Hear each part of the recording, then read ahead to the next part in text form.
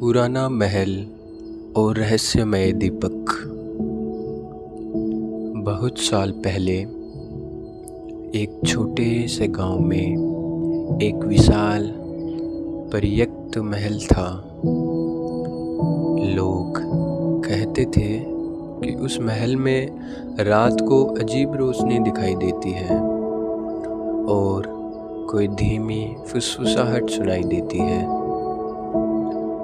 गांव वाले डरते थे और वहां पास तक नहीं जाते थे।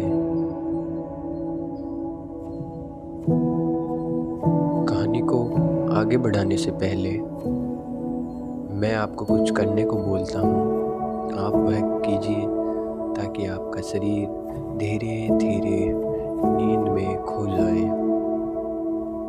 सबसे पहले आप बिस्तर पर लेट जाएं और अपने पूरे शरीर को ढीला छोड़ दें। पैर को ढीला छोड़ें, हाथों को ढीला छोड़ें, धीरे धीरे पूरे शरीर को ढीला छोड़ दें। अब आँखों को आराम देने की कोशिश करें। आँखों को बंद करें ताकि पूरे दिन की थकान अब धीरे धीरे गायब हो जाए।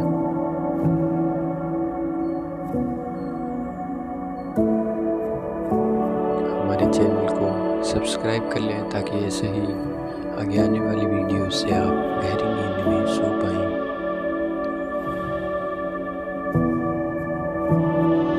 लेकिन गांव में एक युवा लेखक रहता था जिसका नाम आदित्य था। वह कहानियों का खोजी था। उसे लगता था कि हर पुरानी जगह, हर खंडहर, हर टूटी दीवार अपने अंदर एक कहानी छुपाई बैठी है।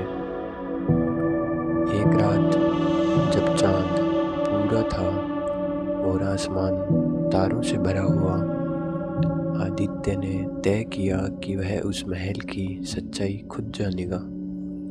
उसने अपनी लालटेन उठाई और धीरे धीरे उस महल के भारी दरवाजे को खोला।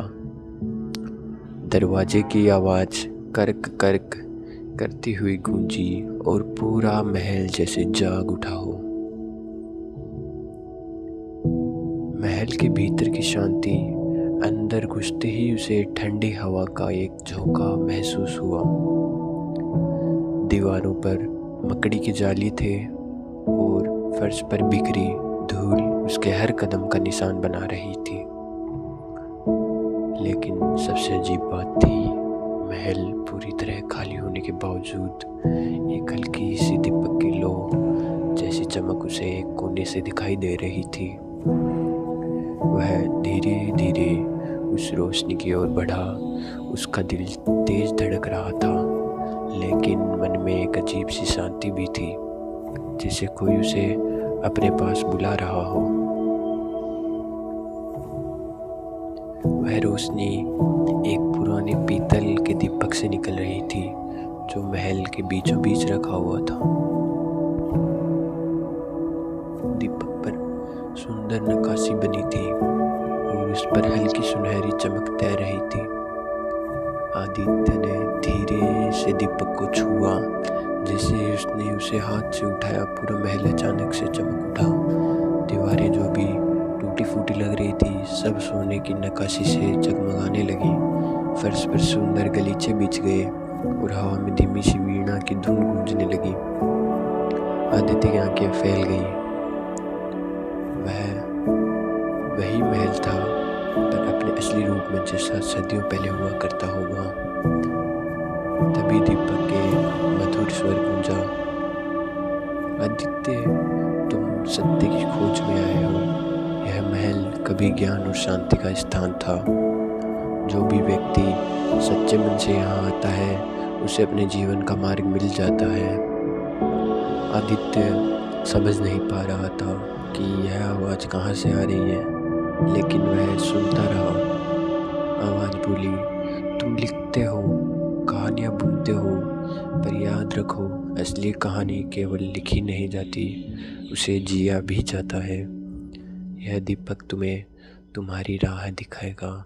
हर रात जब तुम इसे जलाओगे तुम्हारे विचार साफ होंगे और तुम्हारे शब्द लोगों को सुकून देंगे। आदित्य ने दीपक को अपने पास रखा और महसूस किया कि उसका मन धीरे धीरे हल्का होता जा रहा है। उसके सारे डर, चिंताएं और उलझनें लहरों की तरह गायब हो रही हैं। वह महल में बैठा आंखें बंद करके उस शांति को महसूस कर रहा था। धीरे धीरे उसकी सांसें गहरी हो गई, दिल की धड़कन स्थिर हो गई और उसके विचार एकदम शांत, जैसे पूरा ब्रह्मांड उसे कह रहा हो, अब सो जाओ, सब ठीक है, तुम सुरक्षित हो। उस रात आदित्य ने महल में पहली बार इतनी गहरी नींद ली कि सुबह होते ही वह नए इंसान की तरह उठा। उसकी कहानियों में अब और भी गहराई आ गई और गांव के लोग कहते हैं कि जब भी वह दीपक जलाता है चारों ओर ऐसी शांति फैल जाती है कि सुनने वाला तुरंत नींद में डूब जाता है। यह कहानी सुनते सुनते अब आप भी धीरे धीरे महसूस करें कि आपके शरीर का हर एक हिस्सा रिलैक्स हो रहा है, आपका मन शांत हो रहा है और आप मीठी नींद की ओर जा रहे हैं। शुभ रात्रि।